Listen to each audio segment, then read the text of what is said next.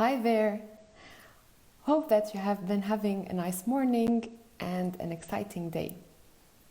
Today I'm going to discuss with you with a French brand owner the point of view of creative pop-up store brands, and we're going to look at how several creatives can join one pop-up store at the same place at the same time in order to display their collections.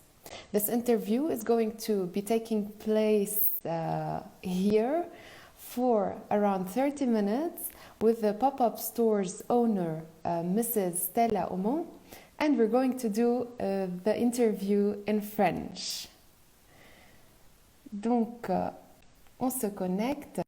À toutes et à tous, je discute donc aujourd'hui avec Madame Stella Aumont, le point de vue des magasins éphémères collectifs en fait, et nous allons examiner la nature d'un pop-up store collectif qui peut s'engager avec plusieurs types de marques qui pourraient être incluses dans ce pop-up. Bonjour Stella. Bonjour Galia, excuse-moi, je suis en train en même temps d'arranger ma caméra. Comment vas-tu? Pas de souci, très bien. Merci de m'inviter. Je suis ravie donc de faire ce live avec toi. Ouais, et on va en fait pouvoir découvrir ensemble c'est quoi le pop-up de Stella et toutes les spécificités de ce pop-up store. Donc on va commencer tout d'abord par vraiment une introduction du pop-up de Stella. D'accord, bon, bah écoute, alors pour la petite histoire, moi, le pop-up, je l'ai ouvert en novembre 2016. J'avais eu une expérience en tant qu'entrepreneur avant et du coup, j'avais envie de changement, donc j'ai ouvert le pop-up. Alors, l'idée, c'était d'avoir une boutique locale près de chez moi, en banlieue, parce qu'il n'y en a pas à Paris. C'était un choix parce que je partais du constat qu'il y avait de très jolies boutiques sur Paris et qu'il manquait de boutiques avec une jolie sélection en banlieue. Alors qu'en fait, il y avait une vraie cible parce que alors, ma boutique est dans les Hauts-de-Seine. Alors, elle était à Courbevoie à l'époque, en 2016, et elle est maintenant sur Bois-Colombes, mais on est sur le même type d'audience et de cible. Donc, des personnes qui ont à fort revenu, qui ont un pouvoir d'achat, qui souvent travaillent sur Paris et le week-end se retrouvent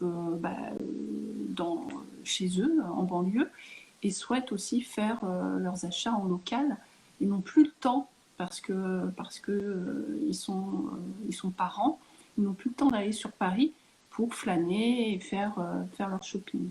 Donc moi, j'étais partie de ce constat-là. Et vraiment, l'idée, c'était de proposer quelque chose en local sans avoir à prendre le train pour aller sur Paris, pour se déplacer sur Paris. Très bien.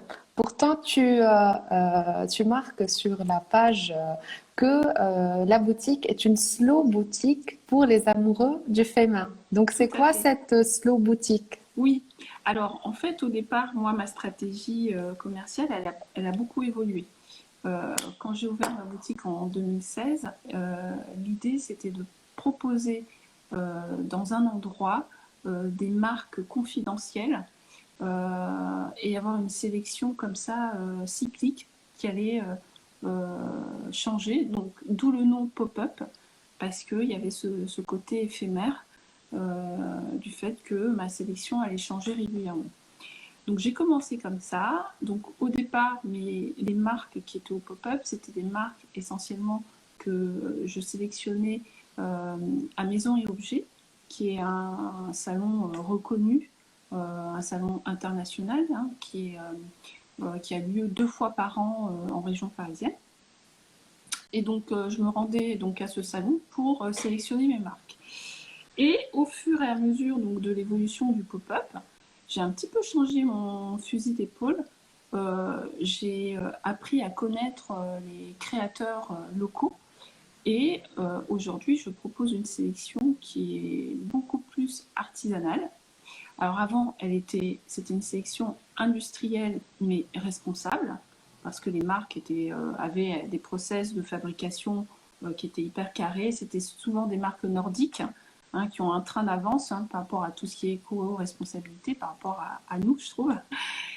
Aujourd'hui, c'est plus des marques locales, de l'artisanat, du fait main qu'on va retrouver dans la boutique. Alors, slow boutique, pourquoi? Parce que derrière ce terme, cette appellation de slow, on retrouve ce besoin de ralentir, de faire un petit peu le point sur sa manière de consommer et vraiment ce désir de consommer autrement, peut-être moins, mais mieux.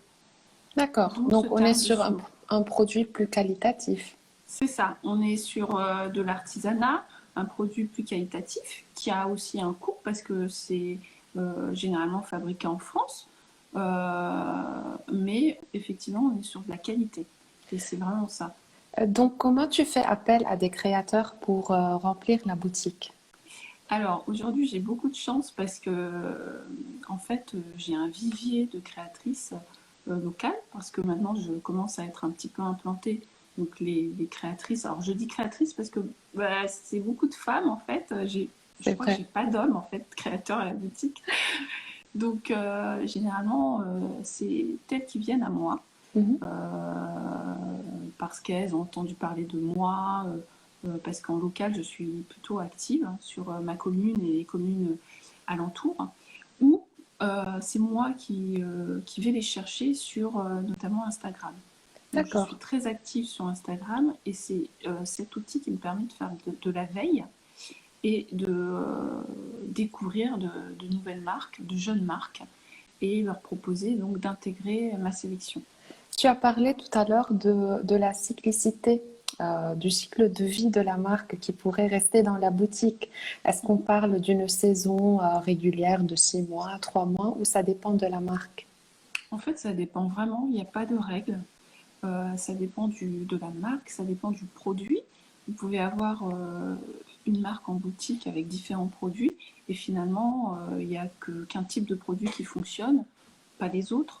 Donc après, c'est des échanges avec la marque pour se dire, bon, ben, on va se concentrer sur tel produit qui fonctionne et pas sur les autres. Alors moi, en plus, en termes de stratégie commerciale, j'ai un fonctionnement particulier parce que au départ, j'achetais mon stock, mais aujourd'hui, je travaille beaucoup en dépôt-vente. D'accord, Ce qui me permet, moi, de ne pas toucher ma trésorerie, de tester des produits et prendre peu de risques, et ce qui permet donc aux jeunes marques aussi de pouvoir exposer dans ma boutique, en sachant que du coup, la répartition entre ce que la marque va gagner et moi est moindre par rapport au fait que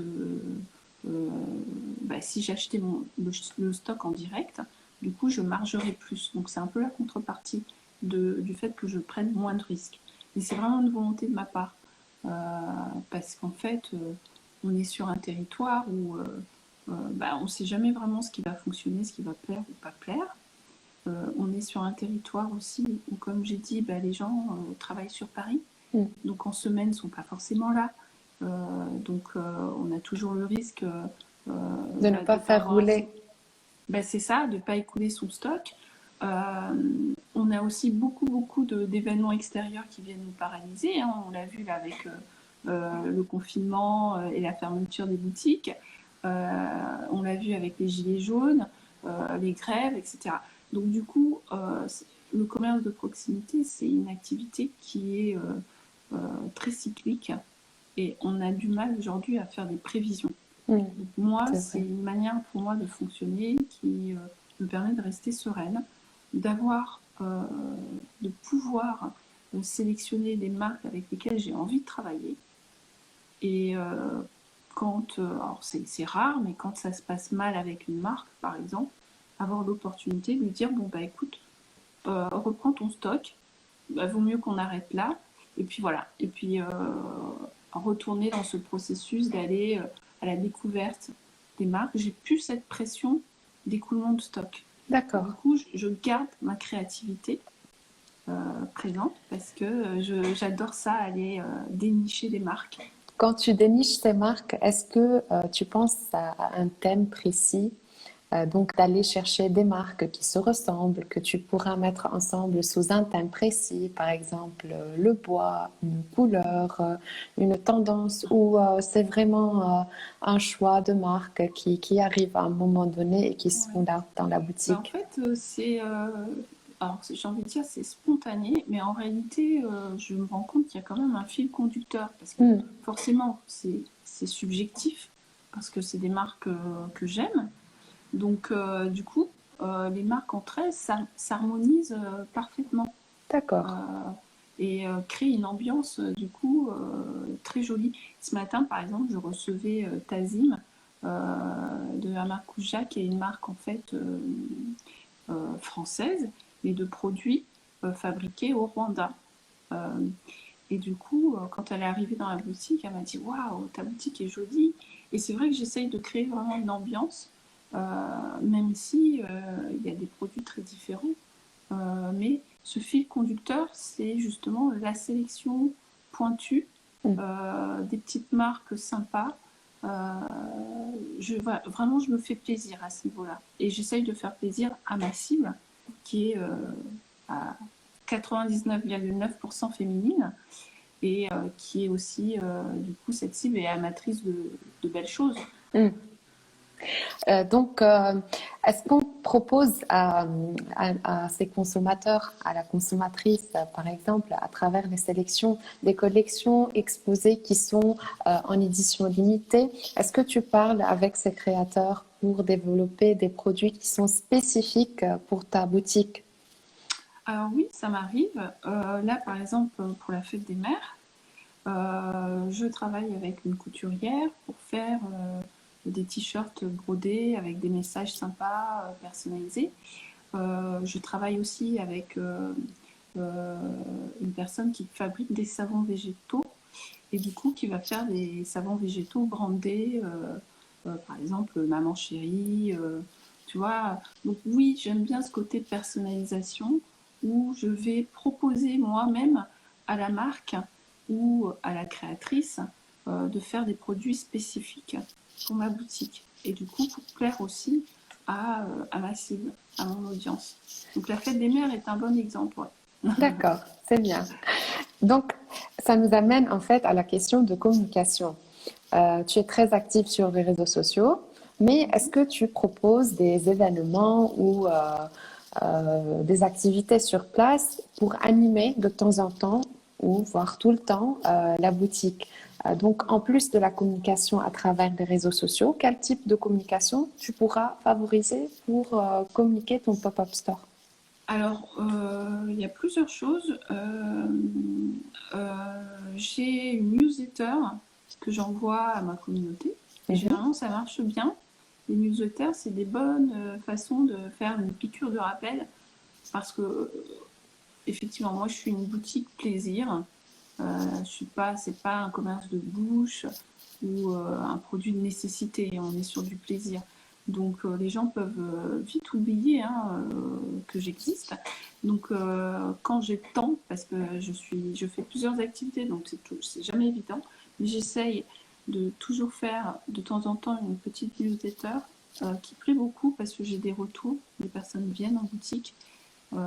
Parfois il m'est même arrivé de voir des clientes que j'avais pas vues depuis un moment et qui viennent et qui me disent ah bah oui bah, j'ai reçu votre newsletter et ça je pense que c'est un bon moyen de communication.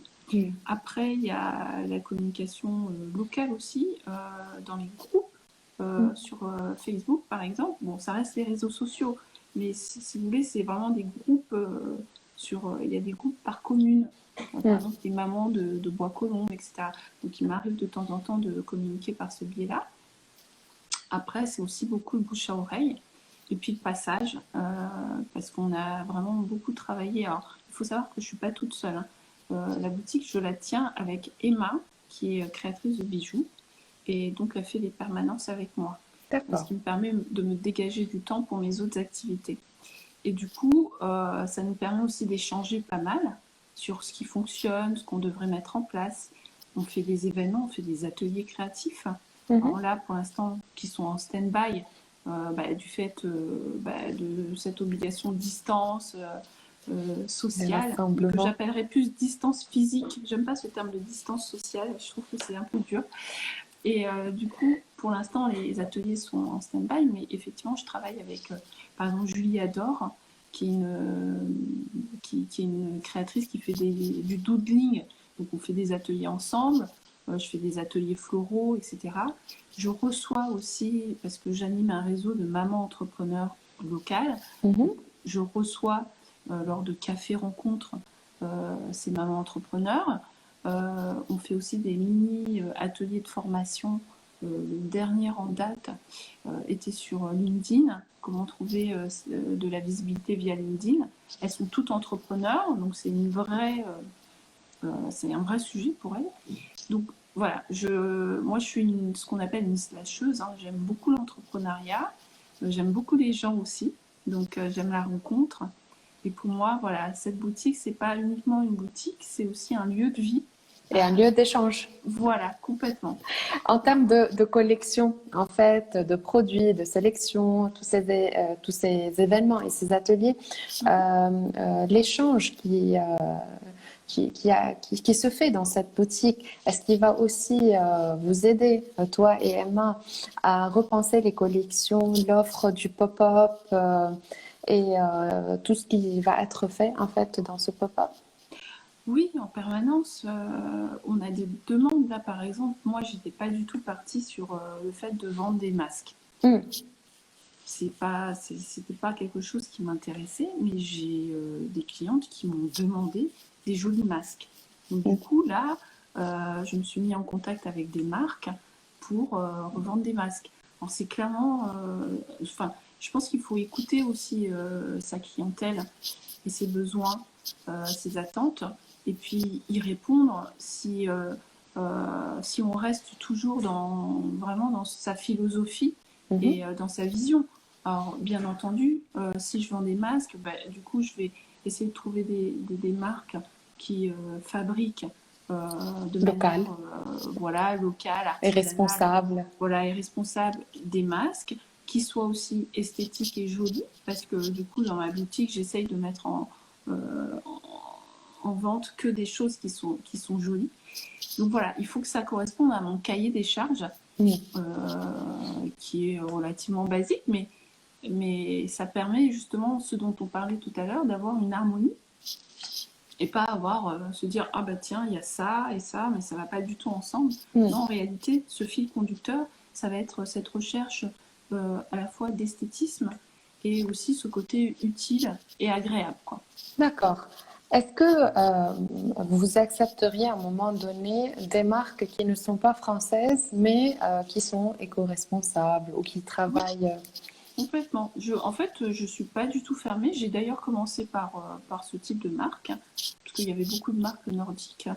Je fonctionne au coup de cœur, et tant que la production reste responsable, je vois aucun frein en fait à faire rentrer une marque qui ne serait pas française.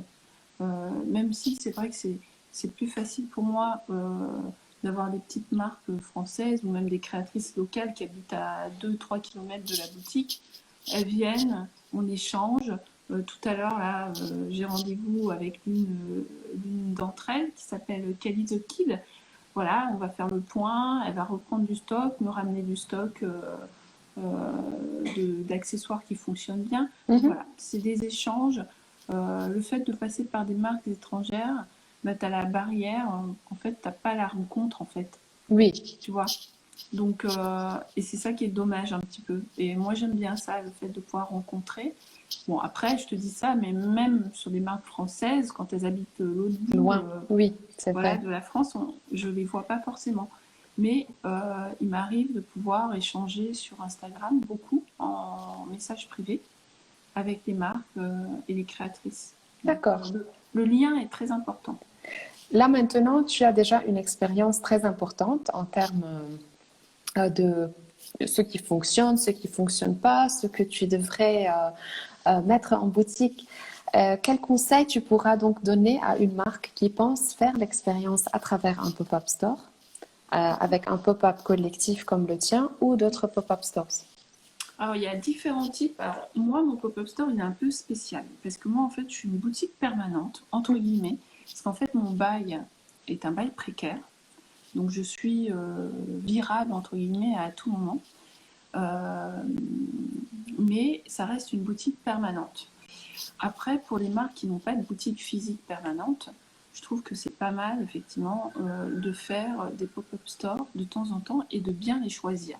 Parce qu'en fait, en fonction de sa cible, tu peux pas faire n'importe quel pop-up store. Donc, bien choisir ton pop-up store pour ne pas te retrouver à avoir à payer un stand, parce que généralement tu payes un stand, sur des pop-up vraiment éphémères, hein, qui vont durer par exemple le temps d'un week-end ou une semaine, voire un mois. Tu vas payer un stand parce que j'ai organisé aussi des marchés de créateurs, donc je sais un petit peu comment ça fonctionne. Donc tu payes un stand. Euh, le stand, tu dois le rentabiliser, tu dois rentabiliser le temps que tu passes sur place. Et tu as plusieurs stratégies. Alors, soit effectivement, tu fais ce pop-up pour écouler ton stock, Mhm. ou parfois tu vas pas beaucoup vendre, mais c'est de la publicité et c'est de la visibilité. Mais Mhm. il faut être clair dès le départ, quand avant de faire ton pop-up, De sur l'objectif. ton objectif, complètement. Qu'est-ce que tu vas chercher en faisant ce pop-up? Est-ce que tu vas chercher une notoriété? Parce qu'il y a certains pop-up qui sont reconnus, Mhm. notamment dans le milieu de l'enfance. Euh, et quand tu y vas, bah, tu sais que le stand coûte cher, mais voilà, tu vas vendre quand même. Et en plus, tu vas gagner en notoriété. Ou est-ce que tu veux élargir ton audience pour après ramener les gens sur ton e-shop? Mhm. Donc voilà, il faut se poser les bonnes questions pour pouvoir faire les bons choix en termes de présence en pop-up, parce que ça a un coût, donc il faut le savoir. Alors pareil, il y a des, entre guillemets, des marchés qui sont hyper notoires, comme par exemple la foire de Paris, qui sont quelque part aussi des pop-up et qui attirent de plus en plus des jeunes marques, parce qu'ils ont aussi des stands spécialisés dans les marques naissantes. Il faut se poser la question, est-ce que ma marque euh, est légitime dans ce type d'événement grand public, Mhm. hein? Est-ce qu'il vaut mieux ne pas cibler un petit marché ou un petit pop-up store de niche, où du coup il y aura un vrai engagement, que un événement grand public où les gens vont passer comme ça devant ton stand. Et au final, tu vois, tu vas pas rentabiliser forcément ton C'est stand vrai. et tu vas pas gagner en visibilité non plus. Mhm. Donc il y a des vraies questions à se poser avant d'accepter un événement. Pop-up. Ouais, Donc, si on répète, on peut dire que la marque doit sûrement avoir un objectif avant de complètement. faire un pop-up. Elle doit savoir qu'est-ce qu'elle vend et à qui elle vend, le type Tout de à fait. clientèle. Et elle doit faire le choix de l'implantation dans tel ou tel endroit en fonction de cet objectif et de ses envies. Tout à fait. Parfois, Et il faut. Alors, je vais rajouter juste une chose, et il peut y avoir plein d'éléments externes qui Oui, vont venir paralyser l'événement. Donc, il ne faut pas non plus partir avec trop d'espoir. oui, Toujours rester un peu, tu vois, dans l'équilibre, parce que je connais aussi beaucoup de marques qui font un, deux pop-up et ils sont déçus parce que ça n'a pas fonctionné, etc. c'est Non, vrai. il faut essayer de comparer sur plusieurs pop-up, tester pas mal de choses différentes pour après pouvoir faire le bilan et se faire une idée. Mais on ne peut pas se faire une idée sur un ou deux pop-up, c'est pas possible.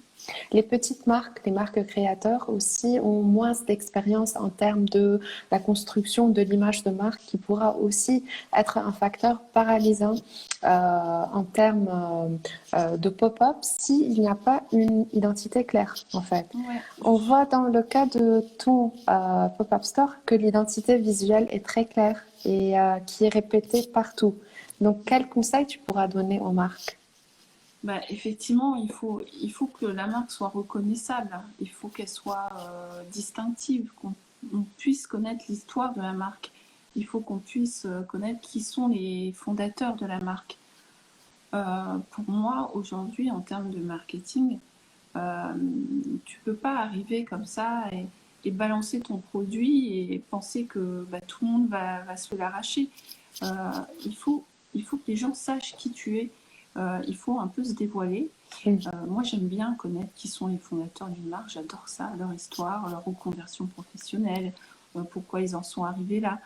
C'est du storytelling, mais c'est hyper important. Et effectivement, il faut aussi préparer en amont. Quand tu intègres un pop-up store, il y a beaucoup de marques aussi qui se reposent complètement sur les organisateurs. J'ai été organisatrice et je sais comment ça se passe. Tu ne peux pas te reposer à 100% sur les organisateurs. Les organisateurs effectivement, te mettent en avant au travers de leur communication. Mais toi, tu dois engager aussi ta communauté. Donc si tu préviens, tu fais un pop-up et que tu préviens 2 jours avant que tu seras présent au pop-up, ça ne sert à rien. Mm. Ta communication, tu dois la faire au moins 3 semaines, 1 mois avant et l'étaler sur ce laps de temps pour que ta communauté soit suffisamment au courant et qu'elle vienne. Oui. Et c'est vraiment ça. Donc construire la communication bien avant, bien en amont. Oui. Et voilà. Et surtout quand les pop-up stores sont sur des durées très réduites. Oui. Voilà. Oui, totalement. Est-ce que et pas se reposer uniquement sur les organisateurs. Ouais, en termes de communication. C'est vraiment du donnant-donnant. Et il faut vraiment construire, je pense, comme tu l'avais déjà dit, son agenda personnel de contact consommateur et de relancer à chaque fois quand on fait des pop-up. Complètement. Voilà. Oui, effectivement. Une autre chose sur le pop-up, ne pas hésiter à donner des cartes de visite, des petits flyers, tout ce qui est branding autour de sa marque est super important parce que les gens après, si vous donnez des choses sans branding, ben, ils ne vont pas pouvoir vous retrouver. S'ils ont un autre achat à faire, etc., il faut rentabiliser, optimiser au maximum ce temps passé au pop-up pour que les gens puissent revenir à vous après. C'est ça, hein, la rétention après, derrière, c'est ça. C'est hyper important. Donc, on a une petite question. Donc, je pense qu'on avait un tout petit peu parlé de ça. Est-ce que le moyen le plus efficace est les réseaux sociaux en termes de pop-up store? Bah, pour moi, oui, c'est important, mais pas que. Je sais que quand j'organise des pop-up stores, il y a les réseaux sociaux, effectivement, mais il y a aussi localement. Il ne faut pas hésiter à aller faire des distributions de flyers, de l'affichage, tu vois, dans un rayon autour du pop-up store pour faire connaître l'événement en amont. S'il y a possibilité aussi de faire une publication dans la presse locale, il ne faut pas hésiter. Moi, quand par exemple je fais des pop-up, j'organise des pop-up en banlieue, les mairies sont un peu plus ouvertes, donc c'est plus facile d'avoir un petit encart dans la presse locale. Donc j'hésite pas à le faire parce que, enfin, il n'y a jamais assez de communication. Il faut toujours utiliser même les moyens traditionnels. Et le digital, c'est super, mais c'est pas tout. Il faut pas tout reposer, je pense, sur le digital parce qu'il y a aussi des gens qui ne sont pas forcément sur Facebook ni Instagram et qui pourraient être intéressés aussi par le fait de venir au pop-up. C'est vrai. Est-ce que vous pensez aussi, comme vous avez organisé plusieurs pop-up, que le temps d'implantation, si on choisit de faire des pop-up comme dans des festivals ou les foires, etc., est-ce qu'il y a un temps plus important pour faire un pop-up que d'autres? En termes de saisonnalité? Oui, c'est ça. Oui, alors évidemment, il faut bien choisir sa date. C'est hyper important. Faire en sorte que. Alors, bien vérifier son agenda pour ne pas que la date coïncide avec un autre événement important. Mais des fois, on ne le sait pas en avance. Moi, il m'est arrivé d'organiser un événement et c'était au moment de la Coupe du Monde. Et du coup, le week-end de l'organisation de cet événement, il y avait un grand match et la France jouait. Et du coup, bah, ça a impacté mon pop-up, quoi. Donc, mais ça, malheureusement, on ne peut pas le savoir. Mais il y a des dates dont on connaît en fait la survenance à l'avance. Donc, vérifier sur l'agenda que les dates soient bien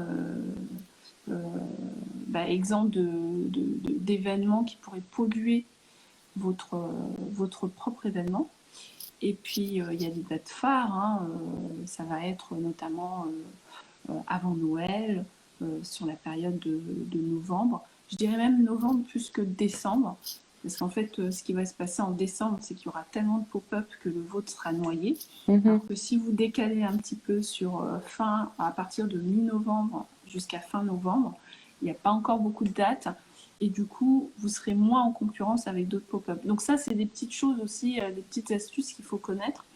Après, ça va être aussi la période, comme là, autour de la fête des mères, la période de mai. C'est une période, en principe, en temps normal, hein, hors Covid, etc. C'est une période idéale aussi pour faire un pop-up parce qu'il commence à faire beau. Les gens ont envie de sortir. Ils ont envie de faire des achats un petit peu pour le printemps, l'été, etc. Donc c'est aussi une période idéale. Et il y a également autour de la rentrée, alors pas vraiment la rentrée même parce que les gens sont trop occupés avec la rentrée des enfants, etc. Mais décalé sur fin septembre, début octobre. C'est aussi une période idéale pour un pop-up. Donc, je dirais donc rentrée autour de fin septembre, début octobre, un pop-up autour de fin novembre, début décembre, et puis ensuite un autre pop-up peut-être autour du mois de mai. Et tu encourages les marques à faire plusieurs pop-ups à l'année? Alors après, tout va dépendre de la marque et de sa stratégie de développement. Il y a certaines marques qui ne vendent qu'en direct, donc via leur e-shop. Donc effectivement, peut-être pour ces marques, faire des pop-up réguliers a du sens pour se faire connaître, pour que les clientes aient aussi une certaine réassurance. Parce qu'il faut dire aussi que quand on vend uniquement sur l'e-shop, il y a beaucoup de gens encore qui sont réfractaires à l'achat sur les e-shop sans avoir rencontré la créatrice derrière. Donc ça permet de réassurer. Donc c'est important. Mais après, tout va dépendre vraiment de la stratégie de la marque. Moi, je connais des marques qui sont 100% digitales, donc, uniquement avec leur e-shop, qui sélectionnent de manière très pointue les pop-up auxquels elles participent, et du coup, qui n'en font que 2 par an, bien ciblés, où elles vendent très bien. Et du coup, elles n'ont pas besoin de multiplier les pop-up. Donc, je pense après, c'est une question de stratégie. Il ne faut pas s'éparpiller forcément et en faire beaucoup. À moins, après, ça dépend. Hein. Il y a des marques, des fondateurs de marques qui veulent rencontrer, qui veulent aller à la rencontre. C'est vrai. Tester, voilà, découvrir des nouveaux endroits, Complètement. Donc, mais c'est très chronophage d'être présent tout le temps sur des pop-ups. C'est à la fois chronophage, ça coûte, c'est un investissement aussi, ça coûte. J'allais demander en fait de cette conception qu'on a toujours autour du budget d'un pop-up. On a toujours l'impression que ça ne coûte pas très cher. Mais en fait, il y a des budgets importants à mettre en place. Qu'est-ce que tu pourras nous dire aussi de ces budgets? En fait, ça va vraiment dépendre des organisateurs. Parce que les organisateurs, derrière, il faut savoir que généralement, ils payent un lieu. Ils louent un lieu dédié. Alors, si le lieu est sur Paris, il y a des chances qu'il coûte cher à louer. Après, il y aura toute la partie aussi mobilier. Après, c'est optionnel. Alors, il y a des organisateurs qui vont vous imposer de louer le mobilier avec l'espace, avec leur le stand. propre mobilier, avec l'espace, tout à fait, pour des questions de cohérence et d'harmonie. Et puis, il y en a d'autres qui vont vous donner la possibilité de venir avec votre propre mobilier, mais de respecter une certaine charte en termes d'harmonie. Donc, ça va être, par exemple, la nappe sur la table, ça va être une décoration dans un certain style. Je pense, par exemple, au festival Kids, etc., qui est un superbe festival dédié à l'enfance, où les marques sont sélectionnées par Clémentine Marchal, qui a beaucoup de goût. Et du coup, il y a toute une scénographie autour des marques en fait qui sont sélectionnées. Donc voilà, effectivement, il va y avoir des coûts. Après, ça va dépendre des organisateurs, des coûts des organisateurs qui vont répercuter auprès des créateurs. Mais bien évidemment, l'idée de l'organisateur, c'est qu'aussi il gagne parce qu'en amont, il aura travaillé pendant des mois sur la, Le planning, le recrutement, la voilà, communication. complètement. Oui. Donc il faut aussi qu'il puisse lui aussi s'en sortir. Donc Mhm. voilà, c'est une question d'équilibre entre le créateur et puis aussi les organisateurs. D'accord. Un dernier mot, qu'est-ce qu'on peut Mhm. donner comme conseil pour les consommateurs qui n'ont jamais visité un pop-up store? Ah ben moi je trouve que c'est une superbe expérience. Alors moi aujourd'hui j'en fais de moins en moins parce que je suis un peu dans ma vie active et puis j'ai maintenant deux filles, dont une qui a 18 mois donc c'est plus difficile de bouger. Mais je me souviens que pendant très longtemps, moi j'adorais aller me perdre dans ces univers, les pop-up organisés par Clin d'œil par exemple, Mm. euh, qui sont top, et plein d'autres pop-up sur Paris où il y a vraiment tout un univers qui est mis en avant. Et je trouve ça magique. Et en plus, ça permet de vraiment découvrir des marques. Et je trouve qu'il n'y a rien de mieux qu'un peu de singularité, c'est-à-dire pas forcément avoir les mêmes choses. Euh, Moi, quand je déniche des marques, par exemple, j'habille beaucoup mes filles avec des petites marques. Ah bah, quand je rencontre des mamans qui me disent ah, mais c'est chouette, mais c'est quoi? Quelle est cette marque? Voilà, c'est une marque qu'elles ne connaissent pas, donc je leur fais découvrir aussi. Et je trouve ça hyper vertueux en fait. Alors bien entendu, ça ne veut pas dire que j'habille de la tête aux pieds mes filles avec des petites marques de créateurs, hein. On peut faire un mix avec des marques grand public et des petites marques créateurs. C'est d'ailleurs ce que je fais. Mais je trouve ça important. Alors déjà parce que je fais vivre aussi euh, toutes ces créatrices, hein, et donc l'économie locale. Et je trouve ça important.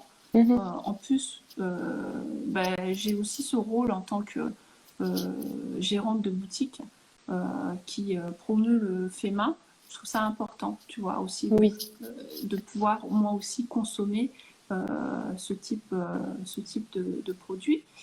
Euh, et puis il y a aussi le côté qualitatif. Quand j'achète cette marque, par exemple pour ma grande fille qui a 4 ans, je sais que Isée qui a 18 mois pourra également, tu en vois, profiter. en profiter un Oui, peu c'est de ça. vrai, c'est vrai. Mais clairement, alors que des fois, je vais acheter des petits t-shirts à 5 euros dans des enseignes que je ne citerai pas. Mhm. Et le t-shirt, il va pas durer, quoi. Enfin, je veux dire clairement, il va pas faire comme ça, tu vois, deux enfants. Donc voilà, donc c'est vraiment un choix. C'est aussi une façon de consommer et d'être aussi ce qu'on appelle un consommateur. Donc, de faire des choix aussi raisonnés. Voilà. Là, on a une question. Trouvez-vous que choisir un pop-up ciblé avec une clientèle engagée est plus bénéfique pour faire connaître la marque que choisir de faire un pop-up dans un quartier très fréquenté, par exemple? Encore une fois, ça dépendra vraiment de l'objectif de la marque. Mhm. Si l'objectif de la marque, c'est d'avoir une communauté, de créer une communauté autour de la marque, bien évidemment, vaut mieux avoir une clientèle hyper engagée et donc du coup choisir un pop-up qui peut-être n'est pas très très connu, mais les gens qui viennent sont des gens derrière qui vont consommer. Parce qu'il y a aussi beaucoup de pop-up où les gens flânent, hein, Oui, comme il disait, hein, il y a beaucoup de flâneurs, surtout sur Paris, il y a de plus en plus de flâneurs. Euh, et au final, euh, voilà, qu'est-ce que vous cherchez? Est-ce que c'est créer une communauté ou c'est simplement avoir un peu de visibilité? Moi, je pense que c'est important quand on est une jeune marque d'avoir sa propre communauté. Et par exemple, je vais vous prendre un exemple d'une jolie marque qui s'appelle Pipouette. C'est une poupée des émotions pour les enfants. Et j'ai connu Nathalie vraiment quand elle lançait sa marque. En fait, elle était vraiment au stade de prototype. Aujourd'hui, elle a une communauté qui est engagée autour de sa marque. Elle a construit sa marque vraiment via Instagram. J'avais eu l'occasion de la voir en live justement où on a échangé sur ça.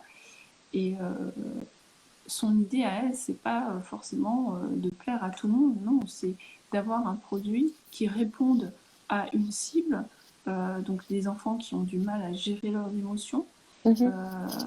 mais pas forcément à tout le monde. Donc après, voilà, je pense qu'il faut bien préciser sa vision, quelle est la vision qu'on a de sa marque, où on veut aller, ses objectifs encore une fois, euh, pour après bien sélectionner son pop-up. Très bien.